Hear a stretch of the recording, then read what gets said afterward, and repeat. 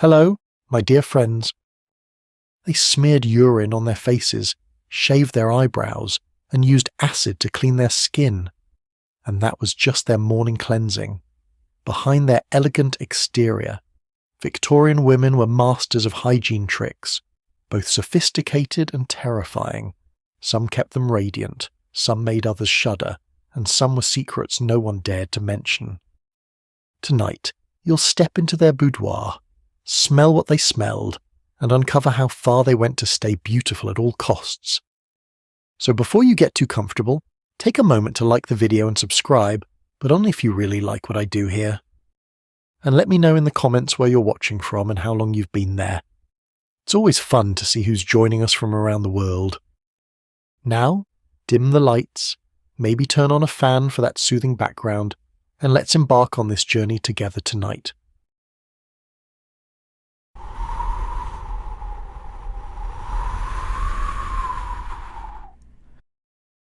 If beauty in Victorian England had a single obsession, it was whiteness. A pale, porcelain-like complexion meant refinement, wealth, and superiority. Women who worked under the sun were marked as labourers, but those whose faces gleamed like polished ivory were praised as elegant and pure. To achieve this fragile illusion, many turned to a deadly ally hidden in their powder boxes, white lead. It came in small pots, cool and smooth, easy to mix with vinegar or water. The first touch on the skin felt harmless, a creamy layer that instantly brightened the face. The mirror reflected perfection, but the perfection was quietly eating through their flesh. The lead paste clung tightly to the skin, filling every pore, sealing it from air and moisture. It made the surface shine faintly under light, giving that delicate glow so envied in portraits and salons. It is bitterly amusing that what they called radiance was simply their own poisoning, polished daily onto their cheeks. Each layer promised grace but brought sickness instead.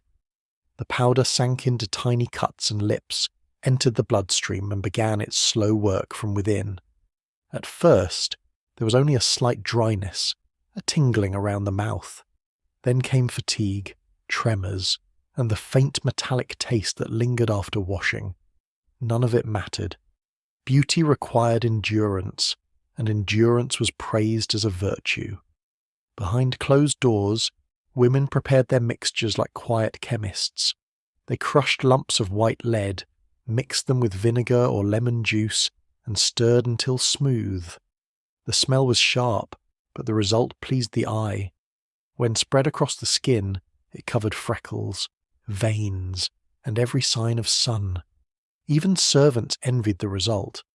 In a world where reputation depended on appearance, a spotless face could mean better marriage prospects or higher social standing. It is strangely similar to today's filters and skin-lightening creams, except the Victorians wore death itself as makeup. They knew rumours of its danger, yet denial was easier. When society rewarded the illusion, truth became irrelevant. The powder seeped into everything: collars, gloves, and the rims of teacups. Each trace carried poison, spreading quietly from skin to cloth, from cloth to lips. Even a kiss could share it. Some women began to lose their eyebrows or hair, but they blamed the weather or stress.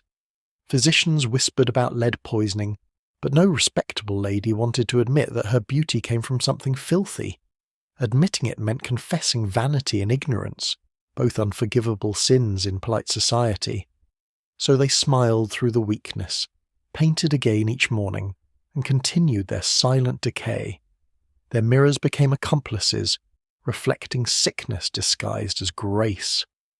As the years passed, the damage grew visible. Skin peeled in thin layers, revealing red blotches beneath.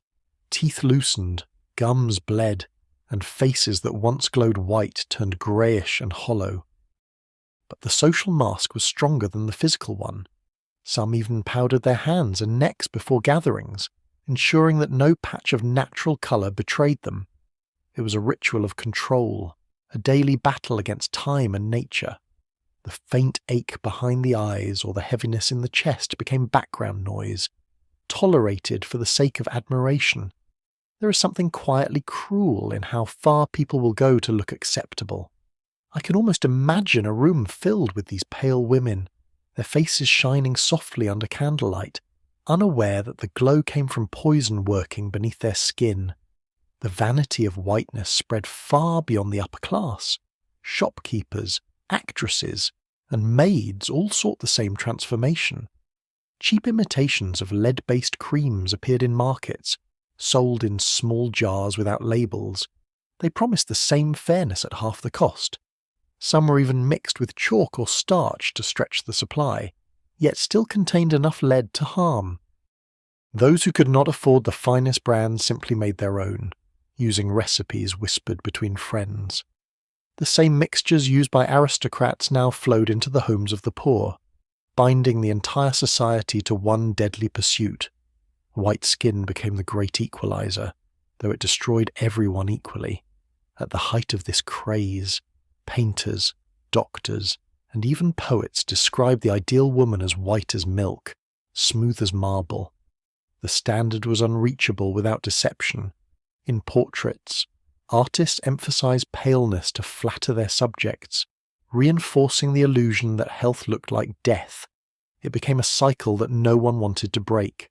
The mirror rewarded obedience, and every compliment encouraged another layer of poison.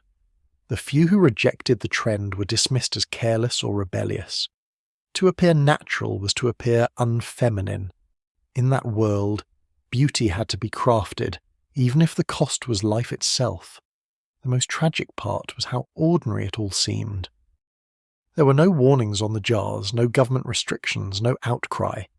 Lead was in everything paint, pipes, pottery, and powder.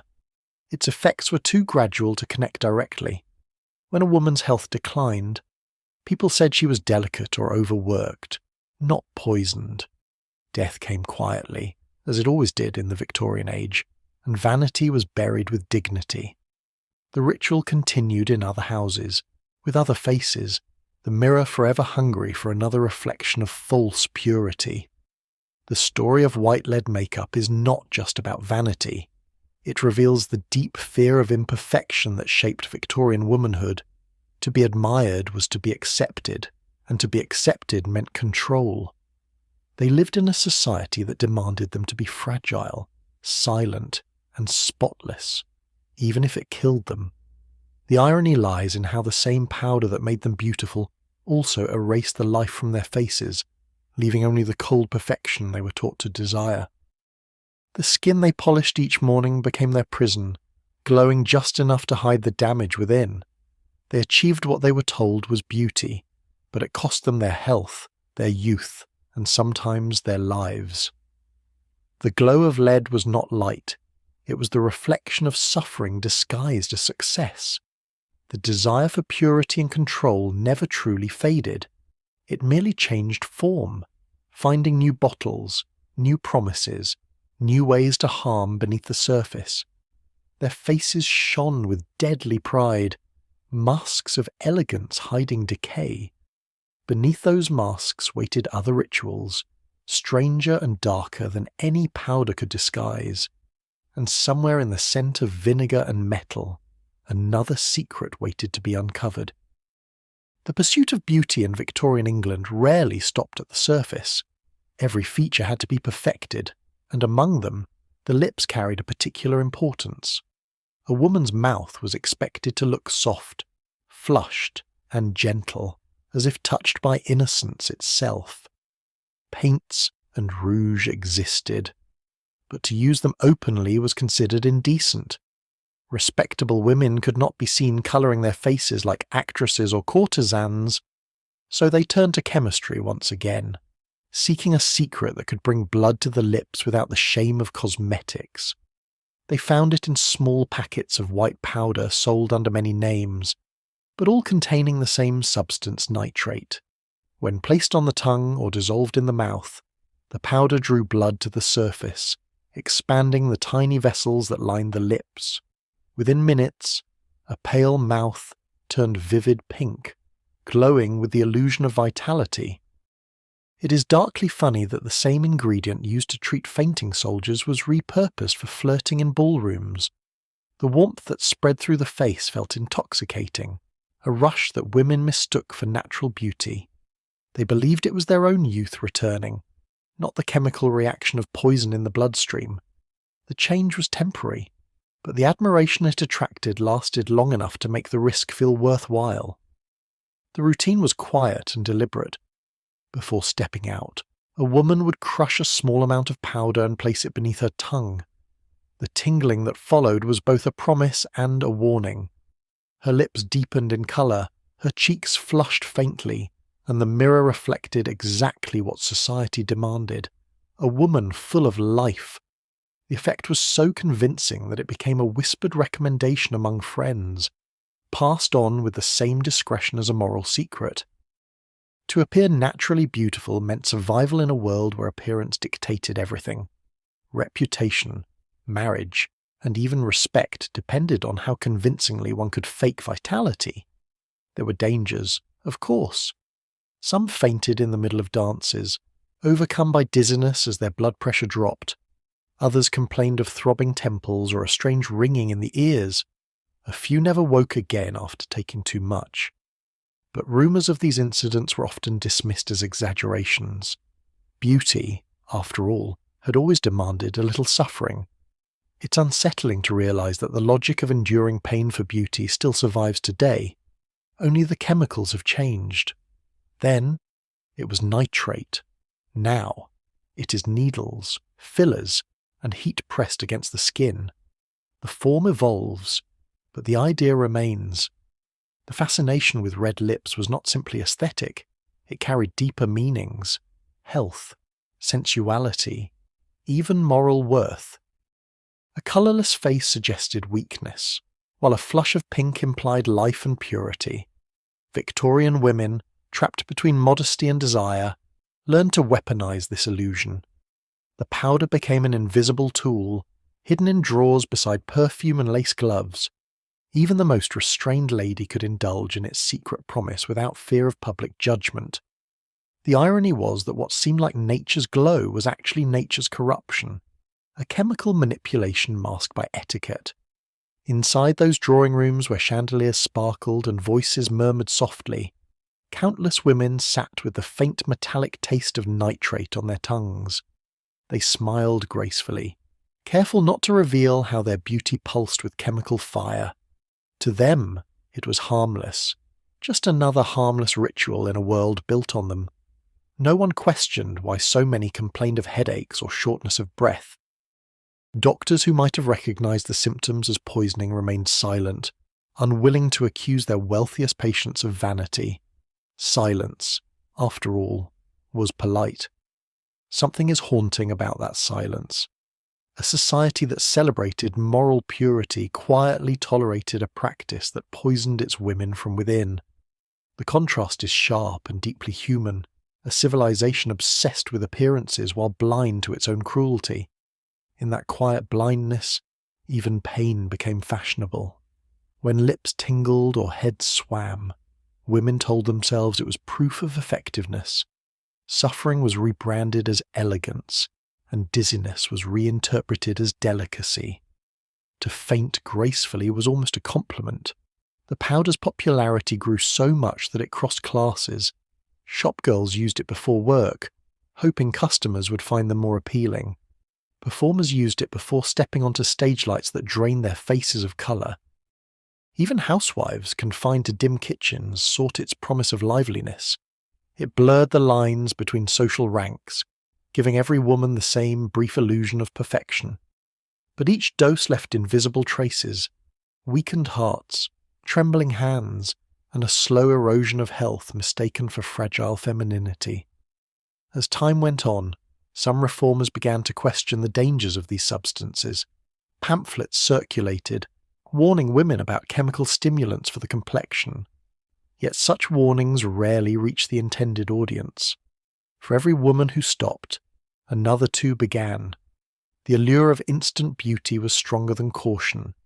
In a society that rewarded appearances and ignored pain, truth had no power.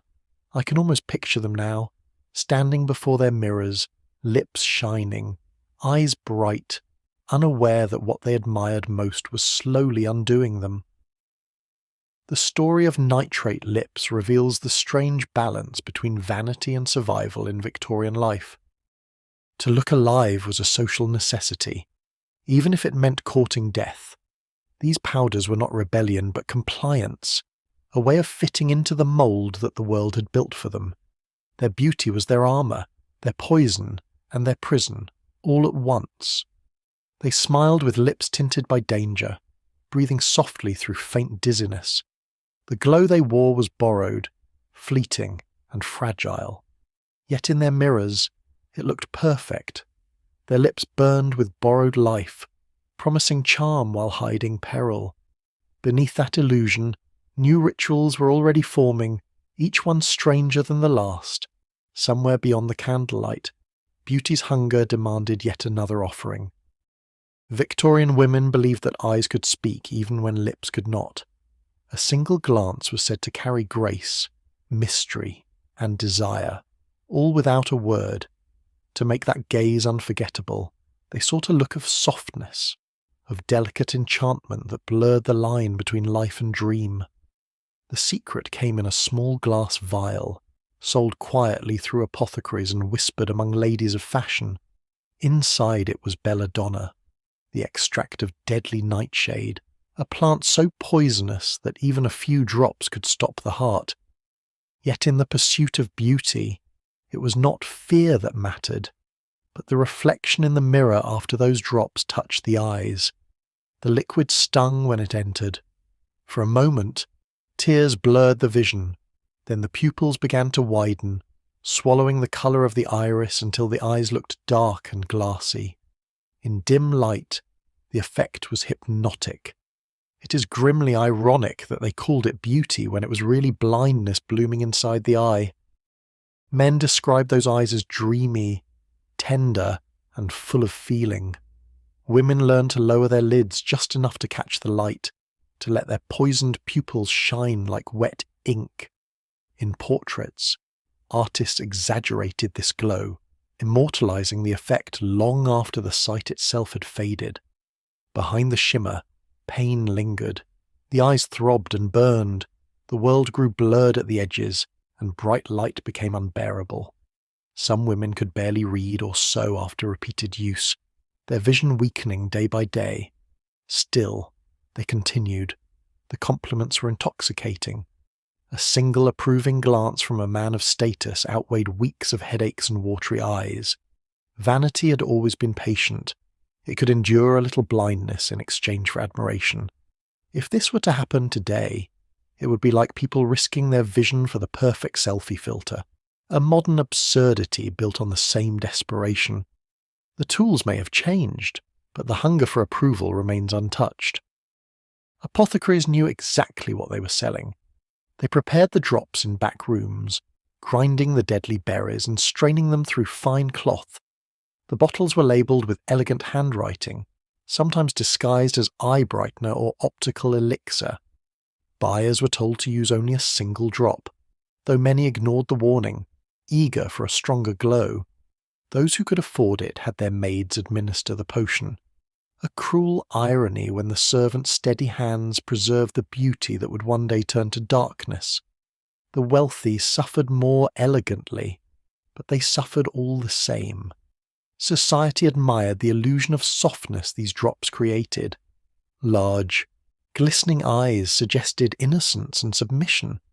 Virtues demanded of women in that age. The more fragile the looked, the more it pleased.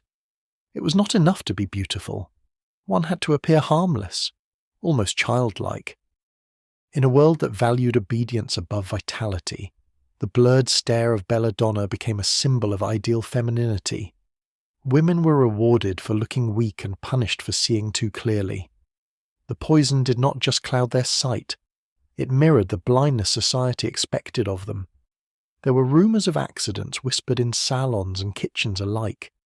A lady who lost her vision entirely, another whose eyes never stopped watering, one whose pupils stayed permanently dilated like a doll's. Yet these stories only added to the mystery. danger itself became part of the allure. To risk blindness was to prove one's devotion to beauty. There is something disturbingly human in that willingness to be destroyed by one's own ideals. I can almost see those gatherings, candlelight flickering across faces with eyes too wide, too dark, too empty, all pretending that what shimmered there was grace and not decay. The effect did not last long. Within hours, the pupils shrank again, and the spell faded. Many reapplied the drops before each evening event, feeding the ritual until it became a dependence. Over time, their eyes lost natural colour and depth, the whites turning greyish, the lashes brittle. The same substance that once promised charm now left only shadows of exhaustion. Yet mirrors offered no warning. In candlelight, even sickness could look elegant. And so, the cycle turned, polished and poisoned all at once. Doctors began to take notice as blindness spread among fashionable women.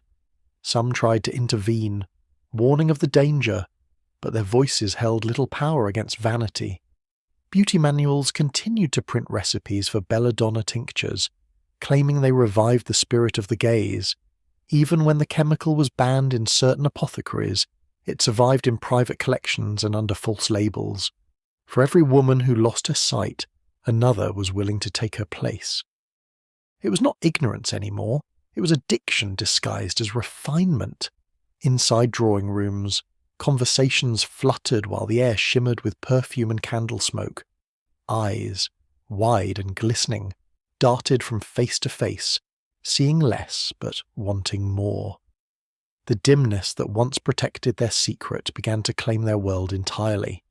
Some could no longer thread a needle, and others could not read a letter. A few went blind before 30, their mirrors kept polished, though they no longer reflected anything at all.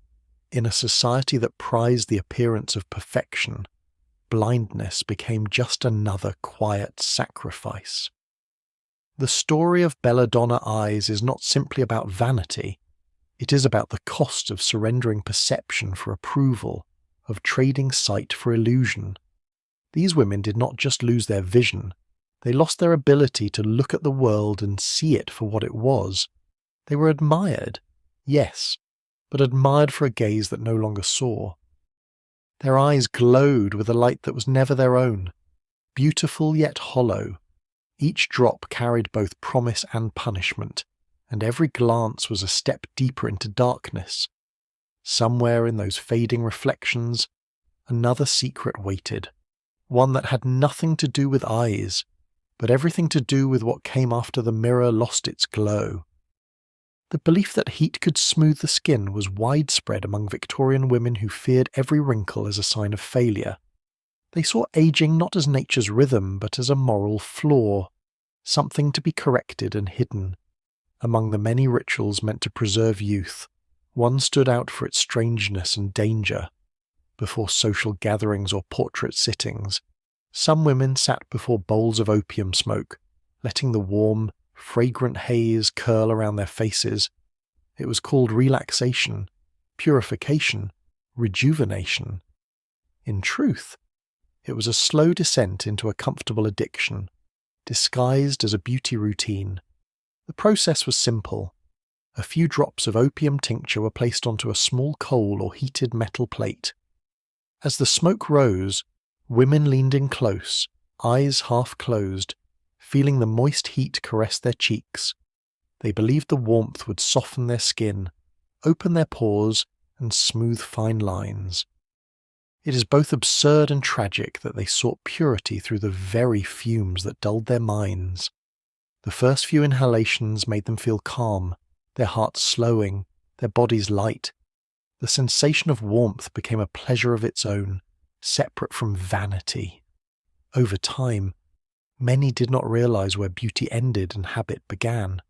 The smoke-filled drawing rooms late in the afternoon, clinging to silk drapes and powder boxes, mirrors fogged lightly, softening every reflection. Women described the ritual as soothing, saying the skin felt more supple afterward. But it was not the skin that relaxed, it was their awareness. The narcotic haze blurred anxiety and exhaustion, offering a few minutes of calm in lives burdened by strict etiquette. In a way, it was not so different from how people today use soft filters and scented candles to forget themselves for a moment. Only theirs came with poison in every breath. The price of serenity was invisible, spreading quietly beneath the surface. Their servants noticed the change first. The lady of the house became slower in speech. Her hands trembled slightly while applying powder, and her eyes glazed with distant focus. Yet the results in the mirror looked lovely. A faint flush, a smoother glow, a kind of artificial life that vanity easily mistook for youth. Society praised these appearances. Men commented on how relaxed and gentle their wives looked. No one asked how that calm was achieved. The line between beauty and numbness dissolved with each wisp of smoke. Those who could afford pure opium tinctures imported them from apothecaries in London or India. Others relied on crude mixtures sold by travelling merchants, made from resin scraped from poppy husks and mixed with oils. These versions were harsher, often leaving yellow stains on the skin and a bitter taste on the tongue. Yet they spread through all classes, from noble women to working girls. What began as luxury became habit, and habit became need. By the time some realised their dependency, their bodies already trembled without the daily ritual.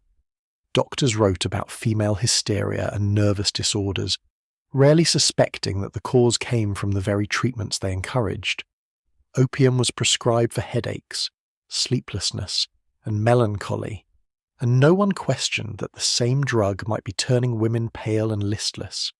In beauty, the poison found a new disguise. The opium ritual soothed the mind, but it also dulled the skin's vitality, leaving it waxy, fragile, and prone to blotches. Women compensated by applying thicker powder afterward, layering illusion upon illusion. Inside those rooms, the scent of flowers mixed with the heavy sweetness of smoke. Curtains stayed drawn to protect pale complexions from the sun. Time moved slowly, blurred by narcotic calm. Conversations faded into murmurs. Even mirrors seemed quieter, reflecting faces softened by haze. Each ritual ended with the same satisfaction, a sense that the world outside had paused, that aging had been delayed, that beauty had been momentarily reclaimed. They did not realize that the same comfort was stealing their sharpness, their strength, their presence. As years passed, the side effects became harder to hide. Some suffered from constant fatigue, others lost appetite, and a few fell into long, unresponsive sleeps mistaken for illness. Yet still they gathered each evening, heating their bowls, watching the blue smoke twist upward like a veil. The practice was never discussed in public. It was their private luxury, their secret rebellion against time. They did not see that the rebellion had already turned into surrender. It's quietly horrifying to imagine how many believed they were preserving youth while slowly drifting away from life itself. When reformers later spoke against the use of opium, they focused on the poor, accusing them of moral weakness. The women who smoked for beauty escaped judgment. They were refined, and refinement was always forgiven. The empire could not scold its own ideals. As long as their faces stayed calm and elegant, their suffering remained invisible. It was not ignorance anymore, but acceptance, a belief that to live beautifully meant to live in denial. The ritual of opium smoke tells more than a story of vanity. It reveals how comfort became a trap, how peace was confused with beauty, and how even poison could be turned into fashion. The warmth that soothed their skin also dimmed their spirits, and when the haze cleared, little of them remained unscathed. Their faces rested in the glow of fading smoke, calm and vacant, like marble warmed by a dying flame. Behind that stillness, new methods waited to promise the same peace under different names. Somewhere in that dim air, another kind of ritual was already beginning, one that required neither heat nor scent, only a belief that pain could still be disguised as grace. Clean hair was more than a matter of hygiene for Victorian women. It was a declaration of status and control. Every strand had to lie perfectly, glimmer faintly, and release a scent both pure and luxurious. Yet cleanliness was often an illusion crafted with strange ingredients. Without the modern shampoos or soaps that we take for granted, women experimented endlessly with household substances, searching for the ideal mixture that could keep hair soft and shining. Among the most curious of these creations was a blend of gin and egg whites, a potion that promised smoothness, scent, and admiration, all in one ritual. The process began with a glass bowl, a whisk, and patience. Women cracked fresh eggs, separating the whites from the yolks with careful precision. The clear, slippery liquid was beaten until it foamed lightly. Then came the gin, its sharp fragrance cutting through the faint smell of the eggs. Together, they formed a mixture that was both cleansing and intoxicating. It is oddly amusing that the same drink used to dull pain at taverns was poured onto the heads of ladies seeking perfection. The ritual was repeated weekly, sometimes more often, before important visits or social gatherings.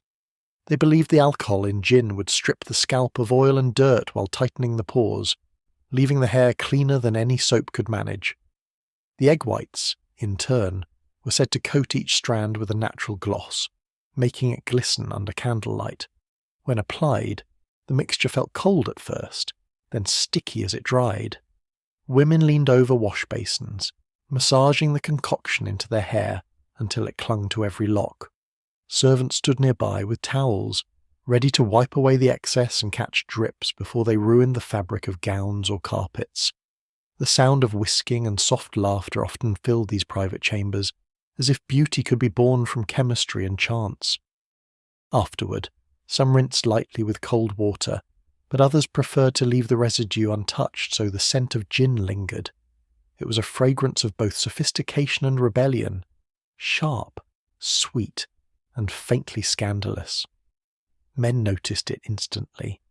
The air around such women tinged with something both clean and dangerous. If this were to happen now, it would be like someone using whiskey as perfume and calling it self-care. The absurdity of it only proves how far people will go to transform discomfort into charm. The result, at least at first, was impressive. Hair gleamed like silk and caught the light in a way that powder never could. But over time, the alcohol dried the scalp, and the protein from the eggs hardened into a brittle layer that trapped dust. Some women found flakes forming at the roots, mistaking them for dandruff. Others suffered itching, not realizing that the mixture they trusted was suffocating their skin. Still, they continued. Beauty was a performance, and once a method earned admiration, its flaws were ignored. In grand houses, this ritual became almost ceremonial. Bowls of egg and gin sat beside silver combs and ivory brushes, the smell of alcohol mixed with the faint sweetness of soap and perfume, creating an atmosphere that was both domestic and decadent. A lady might sit for an hour while her maid carefully applied the mixture, then brushed through her hair until the scent filled the room.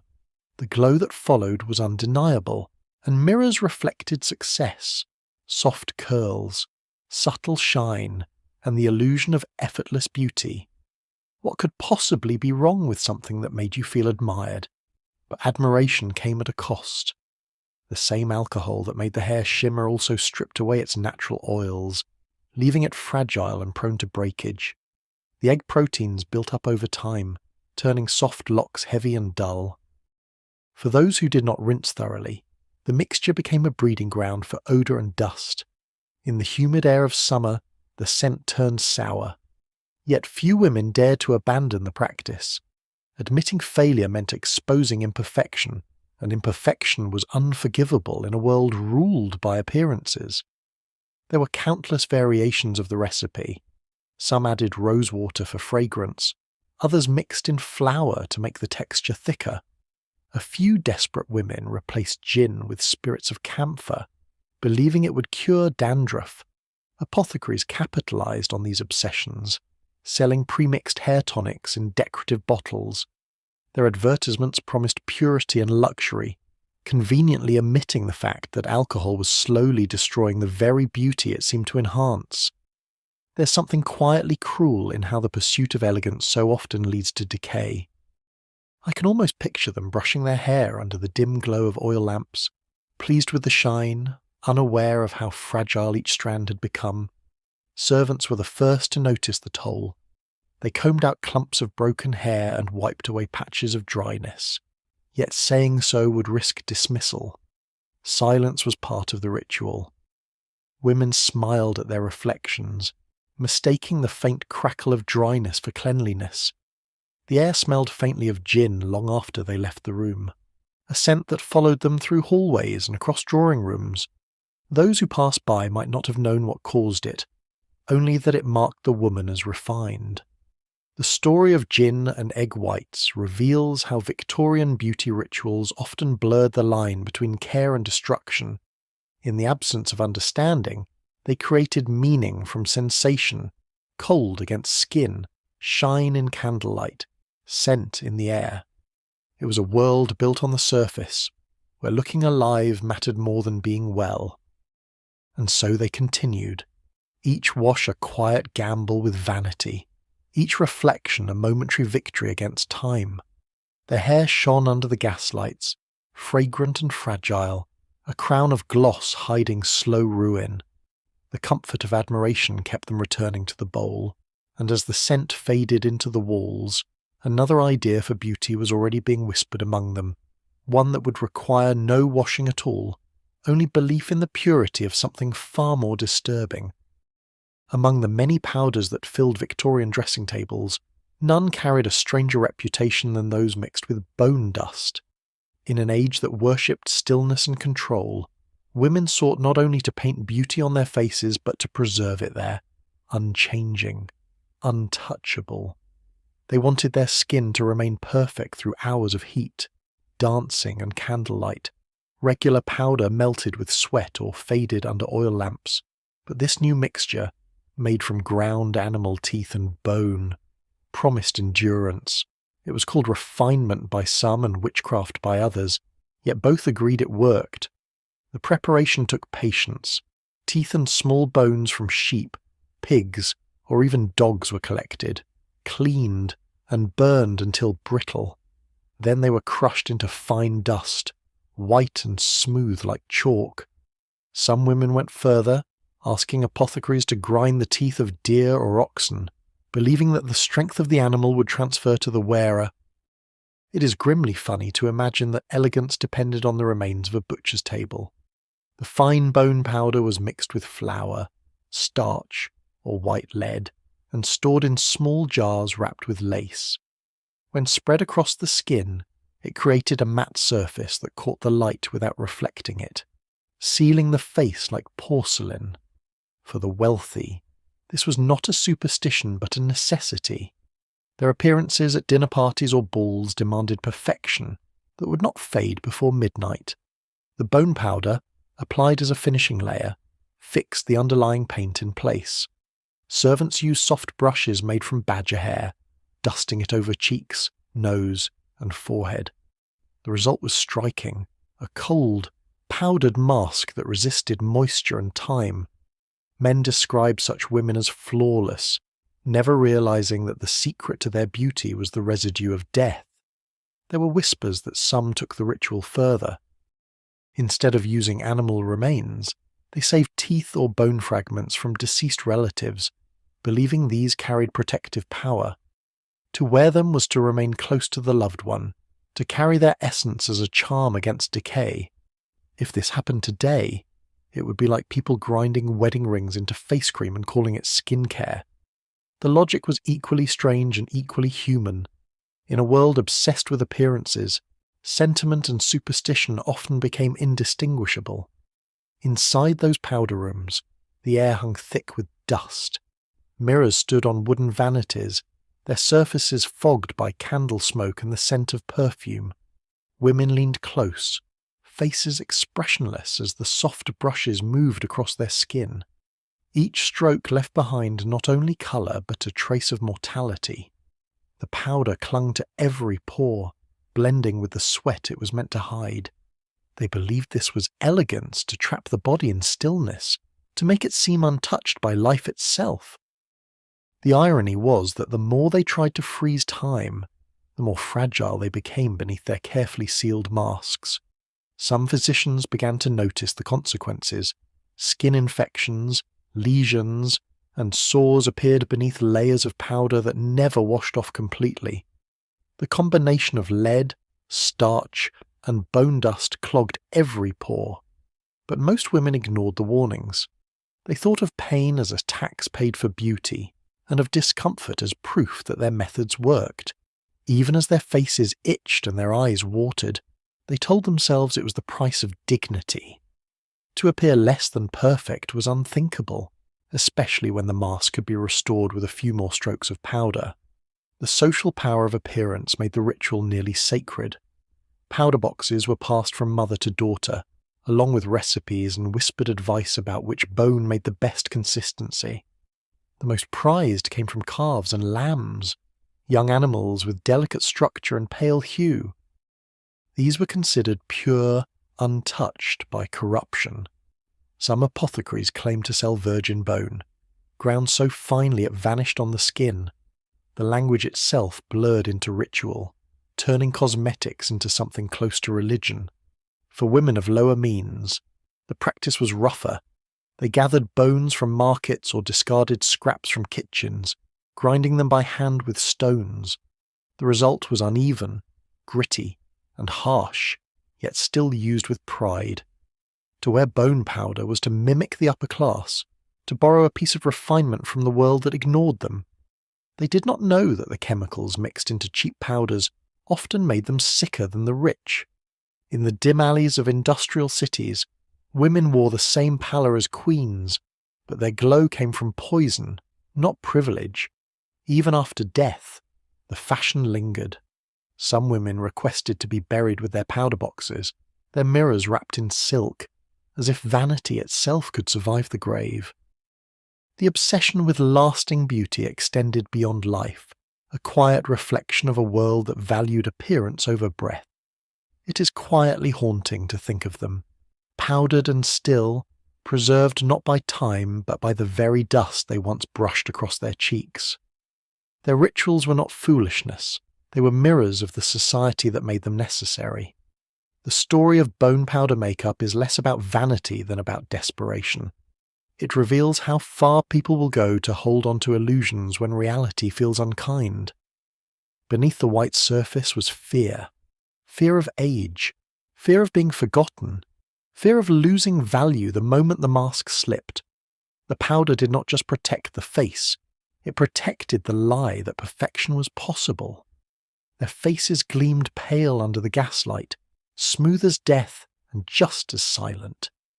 Beneath the powder, their skin suffocated, but above it, the illusion endured. The search for permanence did not end with bone dust, though. In other rooms, another recipe waited, one that would push the boundaries of beauty even deeper into the body. Among the most secretive of Victorian rituals were those that concerned a woman's private hygiene, a subject spoken of only in whispers behind locked doors. Cleanliness was linked not just to health, but to morality, and the fear of impurity drove women to attempt strange and sometimes dangerous remedies. Without reliable medicine or a modern understanding of infection, they relied on what they called natural antiseptics, passed down through rumour and imitation. One of the strangest of these methods involved the use of dried urine from young girls, believed to carry purity and protective strength. The process was hidden from men and even from most servants. It belonged to that shadowy world of women's rituals where superstition met desperation. The recipe was simple but disturbing. Linen cloths soaked in the urine of healthy young girls were left to dry under the sun until they stiffened. Once hardened, the residue was scraped and stored in small jars. When needed, it was boiled with herbs or flowers to disguise the smell, producing a warm vapour used for cleansing. Women would sit above the steam, wrapped in layers of cloth, allowing the fumes to touch their skin. It is grotesquely ironic that they called this luxury when it was born out of fear and ignorance. The practice was considered refined. even spiritual, especially among noble families who could afford to scent the mixture with lavender or rose petals. The logic behind it followed a strange mix of science and superstition. Physicians of the time believed that urine contained natural salts that could purify and heal. Combined with heat, it was thought to drive out bad humours and prevent female maladies, in a society terrified of contamination and obsessed with modesty. This method offered a sense of control without requiring exposure to doctors, who were nearly always men. The ritual gave women privacy, dignity, and the illusion of medical knowledge. They did not know that the heat itself, not the urine, was what provided the temporary relief they felt. The sessions took place in dim rooms scented with herbs. A small stool with holes was placed over the steaming pot, and the woman would lower herself carefully onto it, adjusting her skirts to trap the warmth. Some used silk cloths to cover their laps, others simply wrapped shawls around their waists. The air grew heavy with the scent of ammonia and flowers, a strange combination that clung to skin and fabric. It was said to restore freshness, to cleanse after childbirth, or to prepare for marriage. The idea of purity was not only physical, it was moral, a symbol of virtue maintained through pain and secrecy. This belief in female purification is connected deeply with the Victorian obsession with control. Every impulse of the body had to be managed, contained, and tamed. Women were taught that cleanliness made them worthy, and so they cleansed even the parts of themselves that the world forbade them to acknowledge. If this were to happen now, it would be like people trusting homemade internet remedies without questioning the danger, clinging to rituals because they sound ancient and pure.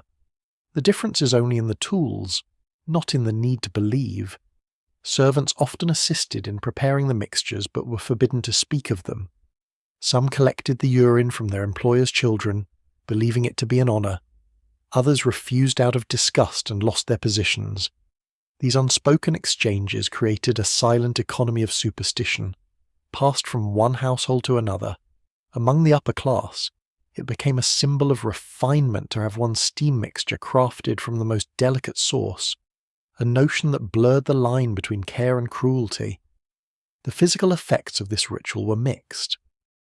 The heat did soothe muscles and ease certain irritations, but the rest was an illusion. Repeated use led to burns, infections, and lingering odours that no perfume could hide. Yet when a woman felt discomfort lessen for a few moments, she believed the treatment worked. Pain was dismissed as cleansing, dizziness as proof of effectiveness. In the absence of scientific truth, experience became truth, and habit became faith.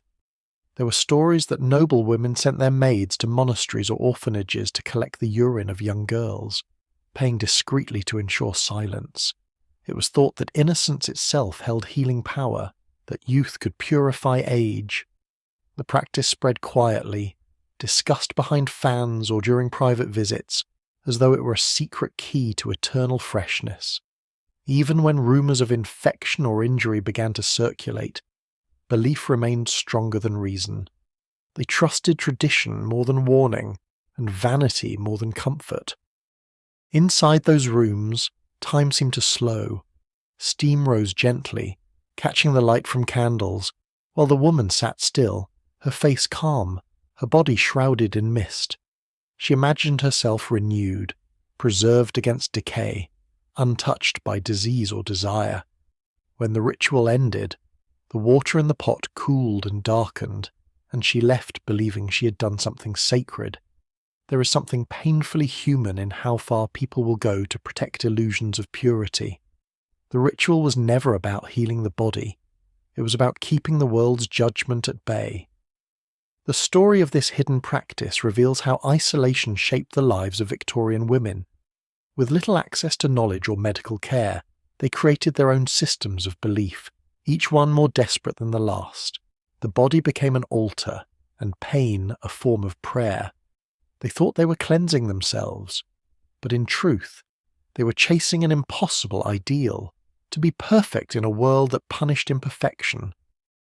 Their bodies steamed in silence, their faces serene, their thoughts filled with hope of being made clean again. The warmth soothed them, if only for a moment, and left behind a strange peace that blurred reason with relief. In the quiet afterward, another whisper began to spread among them, of a new way to stay fragrant without water, one that required nothing but petals, oil, and faith in appearances. Victorian society demanded that women appear fragrant at all times. Scent was not only decoration but proof of refinement, a sign that the body was under perfect control. Bathing regularly was difficult, and perfumes were expensive, so women found ways to make their scent linger without washing. One of the most peculiar inventions was the habit of pressing dried flower petals beneath the arms, perfumed with lavender or rose oil. It sounded delicate, poetic even, but the practice was far from romantic. Beneath layers of lace and corsets, the flowers wilted quickly, their sweetness replaced by the damp heat of the human body. Each petal was carefully chosen and prepared. Lavender was favoured for its clean and noble fragrance, while rose petals carried the charm of gentleness and youth. The petals were soaked in scented oil, dried again until soft, and then pressed between fine cloths. Women placed them beneath their arms before social gatherings or dinners, sometimes fixing them with ribbons or thin patches of muslin. The warmth of the skin released the scent gradually, masking any trace of sweat.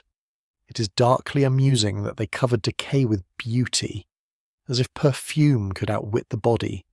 The petals lasted only a few hours before they crumbled, but in that time they made an impression of grace that no one dared question.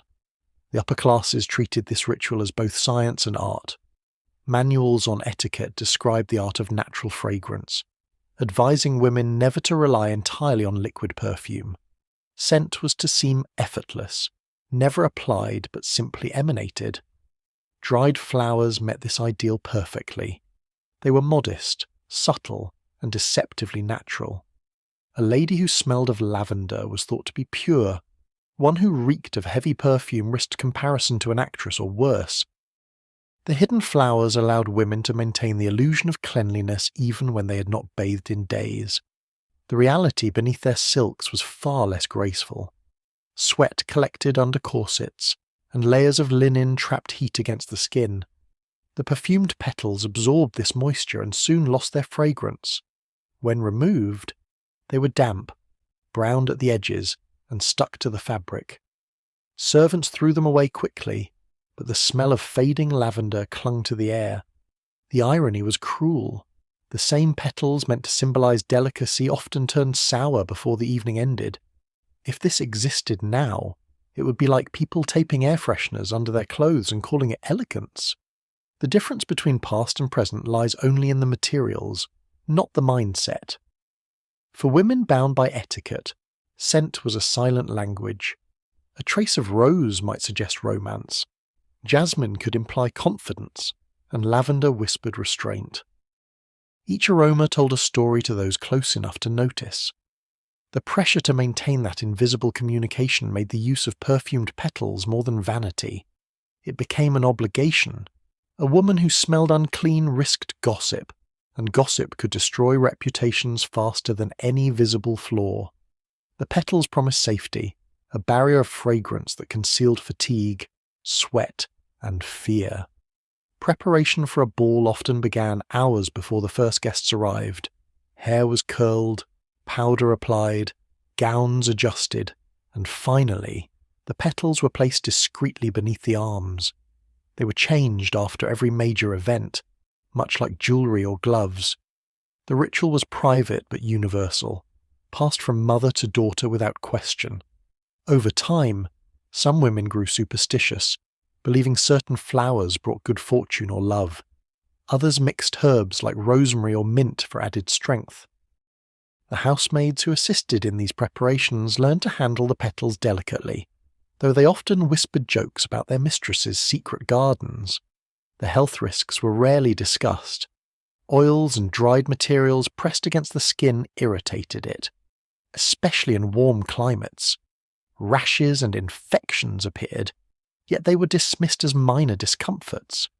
A woman who scratched discreetly beneath her sleeve simply appeared nervous, never unclean. Even physicians ignored the issue, for speaking of such matters openly was improper. The silence around these practices made them seem harmless, and so the habit endured for decades. As fashion evolved, the materials changed too.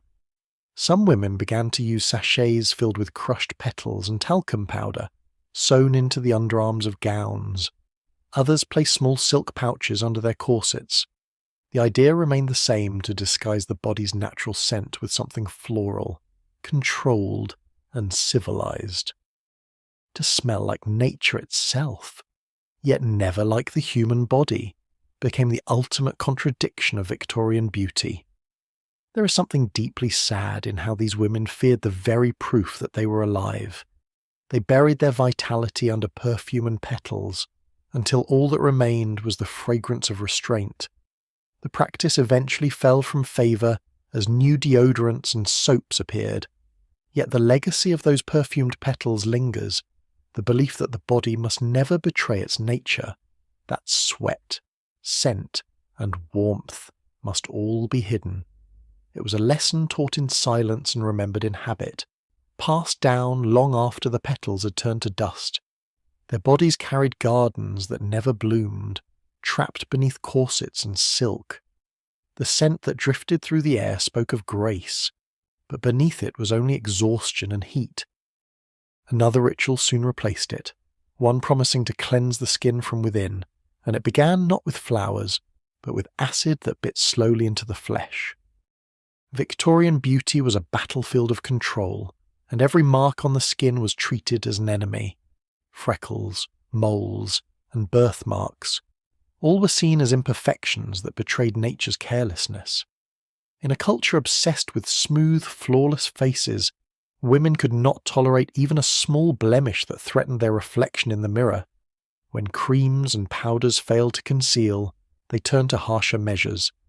Among the cruelest of these was the use of diluted sulfuric acid, a liquid so potent that a single drop could eat through fabric.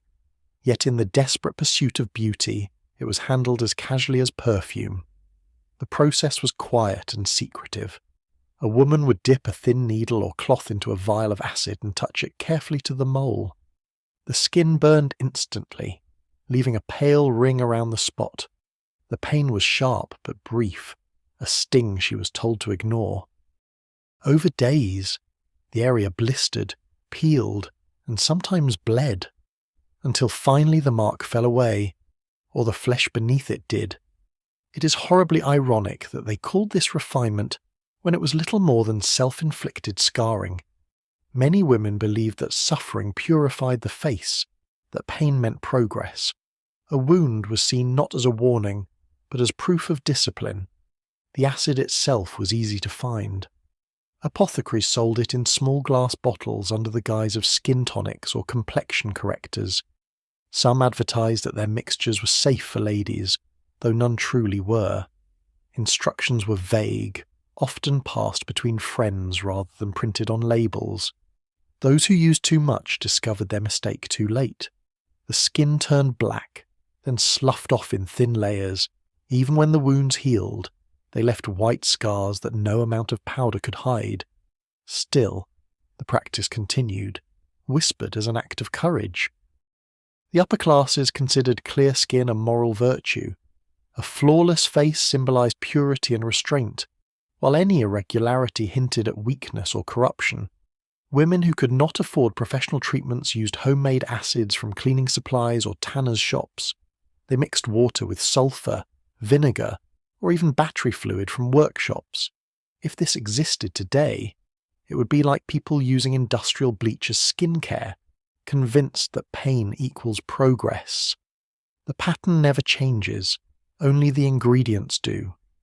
Those who succeeded in removing a mole often displayed the result with pride. During gatherings, they might casually brush their cheeks or tilt their heads, drawing attention to their smooth skin. Compliments followed, and the pain was forgotten until the next mark appeared. Many developed infections that spread across their faces, but the connection between beauty and sickness was rarely questioned. When one woman's cheek collapsed into a small crater, she explained it away as an old illness, covering the wound with powder and lace. Society applauded her composure, not her suffering. Servants often assisted in the process, holding mirrors or applying ointments afterward. They learned to hide their disgust, even when the smell of burned skin filled the room.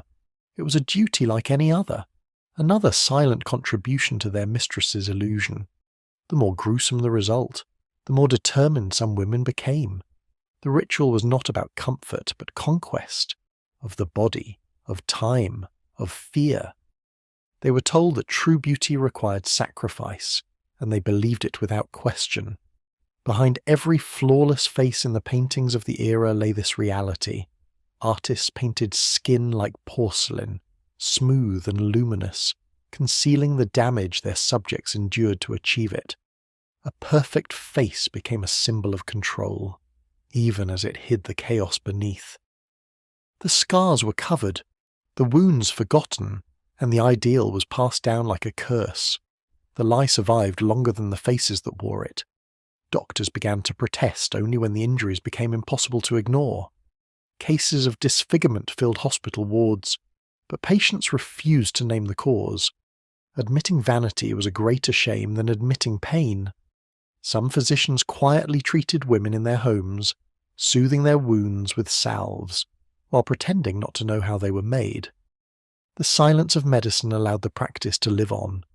Even reformers, who condemned corsets and lead paint, rarely spoke about acid, perhaps because it was too disturbing, too intimate. Over time, substitutes appeared: milder tonics, powders with lemon or alum, and devices promising to purify the complexion through light. Yet the desire behind them never changed. The smoothness they sought was not about beauty alone, but about control, the erasure of imperfection, the denial of mortality. There is something deeply unsettling in the way people confuse damage with transformation. I can almost picture them gazing into mirrors, satisfied with their burning skin, mistaking pain for progress while the scent of sulphur filled the air. The story of acid cleansing reveals the darkest truth about Victorian beauty, that it was built on suffering disguised as discipline. They believed the body could be tamed through fire and will, that perfection could be earned through endurance. But every drop of acid carved not beauty, only silence, a silence so heavy it still echoes through modern rituals. Their faces shone under powder, calm and controlled, hiding the scars beneath. The glow of pain looked like grace to those who refused to see deeper. Beneath that thin mask of calmness, another belief waited to take root, one that promised purity through ashes and fire rather than chemicals and pain. Victorian women believed that true cleanliness was not just of the body but of the spirit. Every act of washing carried a layer of meaning, a promise that the skin could be purified not only from dirt, but from invisible forces that darken the soul. Morning routines often resembled small rituals, filled with candles, mirrors, and whispered superstitions. Among these, the most curious involved the ashes left from the previous night's fire. Many thought that mixing fireplace ash into water created a kind of holy tonic, one that could strip away both blemish and bad energy. To wash the face with it was to renew not only beauty but virtue. The ashes were gathered carefully before dawn. Only wood burned through the night was considered pure enough, as it was believed to contain the living warmth of the household spirit. Women sifted it through fine cloth, separating the grey dust from unburned fragments. The result was a soft, silvery powder that carried the faint scent of smoke. When mixed with water, it formed a thin grey paste. Some added a few drops of rose oil to soften the smell, while others preferred it raw, claiming that the scent of the hearth connected them to their ancestors. It is oddly poetic that they washed with what was once fire, chasing warmth in the residue of something long extinguished. In homes where superstition and etiquette coexisted, this act was almost sacred. Mothers taught daughters that ash water preserved youth and protected against envy. The grey film that lingered on the skin was said to repel illness and bad luck. Some even believed it absorbed sorrow, allowing the heart to stay light. These stories gave comfort in a time when disease and loss touched every household. When the world outside was full of death, people found purity in what remained of their own hearth. The simplicity of the ritual, a bowl, a handful of ash, and quiet faith gave women a sense of control amid chaos. The belief soon intertwined with beauty standards. The pale residue left by the ash gave the skin a faint grey-white tone, a colour associated with modesty and chastity. In the soft light of candles,